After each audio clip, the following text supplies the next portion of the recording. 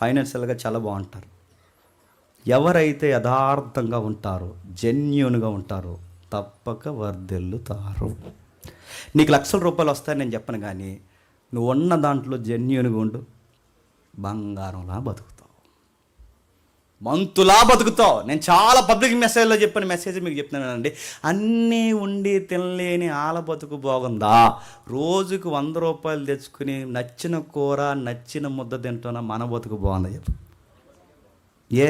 వాడి దగ్గర డబ్బు ఉంది, మన దగ్గర చెప్పండి దేవుడు ఉన్నాడు.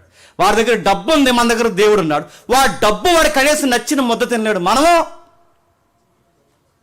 డాక్టర్లు చెప్పారట, పెరుగులో చేప తినకూడదు, చేపలో పెరుగు. ఎండి చేపలు వేపుకుని తినే ఏమైనా అయిందా? అది మన హెల్త్ స్కేల్.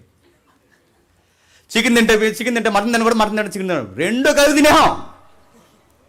ఒకే కూర తినాలి, 4 కూరలు. ఎన్ని చిన్నప్పుడు నుంచి తినేస్తున్నాం, 4-5 కూరలు కలిపి. ఏమైనా అయిందా? ఇప్పుడు చెప్పండి. అన్నీ ఉండి హెల్త్ బాగాలేని ఆడు బాగున్నాడా చెప్పండి. రాళ్ళు తిన్న అరిగిపోతున్న మందు బాగుంది. అదే బ్లెస్సింగ్ అంటే. బ్లెస్సింగ్స్ అంటే అవే, గుర్తుపెట్టుకోండి. జెన్యూన్గా ఉండు.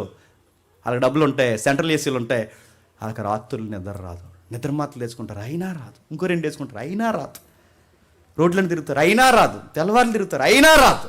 మనకే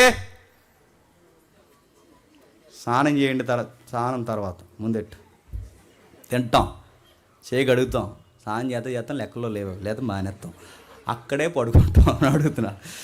స్నానం చేయకుండా తర్వాత అవసరం అయితే డబ్బుండి ట్యాబ్లెట్స్ వేసుకున్నాడు, నిద్ర రాదు నడుతున్నాను. మా డబ్బులు లేవు, ఏమీ లేవు, ముద్ద తిన్నాం చెప్పండి, కంచం ఎత్తాను, లేదా అక్కడ పక్కకి ఎంట చాలా పడుకుంటున్నా అడుగుతున్నా. దేవుడిచ్చిన దీవుని ఒక దీవుని చెప్పిన కంటి నిండా నిద్రపోవడం కూడా చెప్పండి. బ్లెస్సింగ్స్ అవి.